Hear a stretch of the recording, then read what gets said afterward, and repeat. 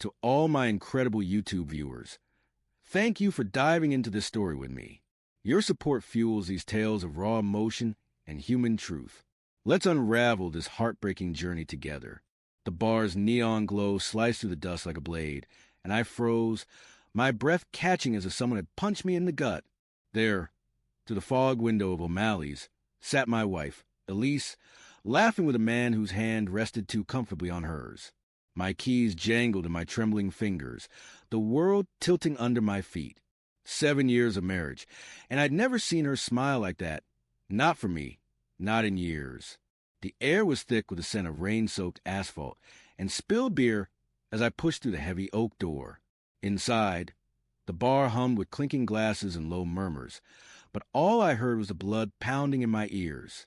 Elise's auburn hair caught the dim light, her head tilted toward him, her eyes sparkling in a way that used to be mine. I stood in the doorway, unnoticed, my wedding ring suddenly heavy, like an anchor dragging me under. I'd come here by chance, a detour after a late shift at the office. Elise had texted earlier, saying she was grabbing drinks with some friend from work. I hadn't thought twice. She'd been distant lately, sure, but I chalked it up to her new promotion, the long hours, the stress.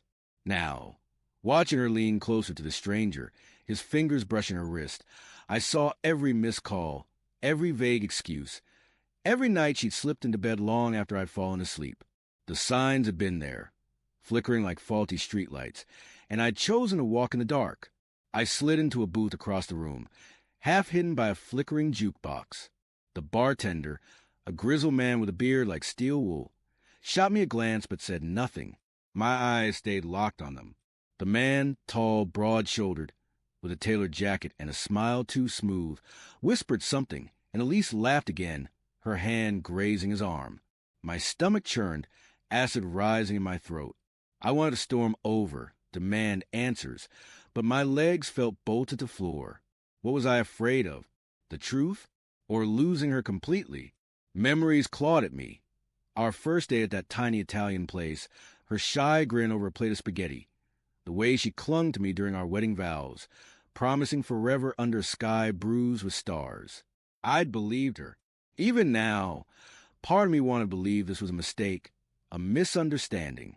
Maybe he was just a colleague, a friend. But then he tucked a strand of hair behind her ear, and her cheeks flushed, and the lie I'd been telling myself crumbled like ash. I ordered a whiskey, the glass cold against my palm, and watched him like a detective piecing together a crime scene. The way she tilted her head, the way she didn't pull away from his touch. It was intimate practice, like they'd done this before. My mind raced, replaying months of her late nights, her sudden obsession with her phone, the way she'd started locking it with a passcode I didn't know. I'd told myself it was nothing, that love meant trust. But trust, I realized now, was a house built on sand, and the tide was coming in. The jukebox switched to a slow, mournful tune, and I caught snippets of their conversation over the din. "You're overthinking it," the man said, his voice low, teasing. Elise's reply was too soft to hear, but her smile was sharp, conspiratorial. I gripped my glass tighter, the whiskey untouched, my wedding ring glinting under the bar's amber lights. It felt like a shackle now, a relic of a promise she'd already broken. I couldn't stay invisible forever. My legs moved before my brain caught up, carrying me toward their table. The bar seemed to shrink, the walls closing in, the air thick with the weight of what was coming. Elise saw me first, her eyes widening, her laugh dying mid-breath. The man turned, his smirk fading as he registered my presence. Up close, he was older than I'd thought, lines etched around his eyes, but his confidence didn't waver. "Mark," Elise said, her voice a mix of surprise and something else. "Guilt? Fear? What are you doing here?" I stood there, my heart a hammer against my ribs, words tangling in my throat. "I could ask you the same thing," I said finally, my voice steady despite the storm inside me. My eyes flicked to the man. "Who's this?" She hesitated, her fingers tightening around her glass of wine. "This is David, from work." The lie was thin, stretched to breaking. David extended a hand, but I ignored it. My gaze locked on Elise. Her eyes darted away, And in that moment, I knew. No explanations, no excuses, just the raw, ugly truth. Work, huh? I said, my voice low, dangerous. Funny, you never mentioned David before. The air between us crackled, the bar fading into a blur. David shifted, his hand dropping to the table. But he stayed silent, watching us like a predator sizing up a fight. Mark, let's talk outside, Elise said, her voice trembling now.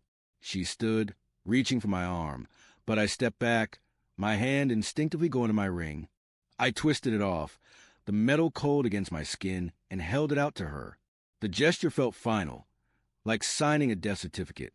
Keep it, I said, my voice breaking despite myself. You clearly don't need it anymore. Her face crumpled, tears welling, but she didn't take the ring. Mark, please, it's not what you think. Then what is it? I snapped, louder than I meant, drawing eyes from nearby tables. Tell me, Elise. Tell me why you're here, laughing with him, touching him, when you're supposed to be my wife. David stood now, his jaw tight. Hey, man, let's calm down. Don't. I cut him off, my glare pinning him in place. This isn't about you. Not yet. Elise's tears spilled over, but her silence was louder. She didn't deny it, didn't explain. The absence of her defense was a confession, and it sliced through me like glass. I set the ring on the table, the soft clink echoing in my ears. I trusted you. I said, my voice barely a whisper now. I loved you. I turned to leave, my chest hollow, but her voice stopped me. Mark, wait. I glanced back, and for a moment, I saw the woman I married, vulnerable, scared, human. I didn't mean for this to happen, she said, her words fragile, breaking. I was lonely. You were always working, always gone. David, he was there. Her words were a knife, twisting deeper. Lonely. The word stung because it was entirely a lie. I'd been consumed by work, by bills, by keeping our life afloat. But I'd never stopped loving her. Had she? I looked at David, who had the decency to look away, and then back at Elise. You could have talked to me, I said. You could have fought for us. Instead, you chose this. I walked out, the ring left behind, the night air cold against my face. But as I stepped onto the street, a thought hit me, sharp and sickening. The way David had watched her, possessive, certain. He wasn't just a fling. This had been going on for months, maybe longer. And then, the real twist, the photo I'd found on her phone last week, the one I dismissed as a work trip. It was him, in her hotel room. I stopped, my breath hitching, the truth crashing down. She hadn't just betrayed me tonight. She'd been rewriting our marriage for months, and I'd been too blind to see it. The ring was gone, but the weight of her betrayal would linger. A ghost I'd carry forever.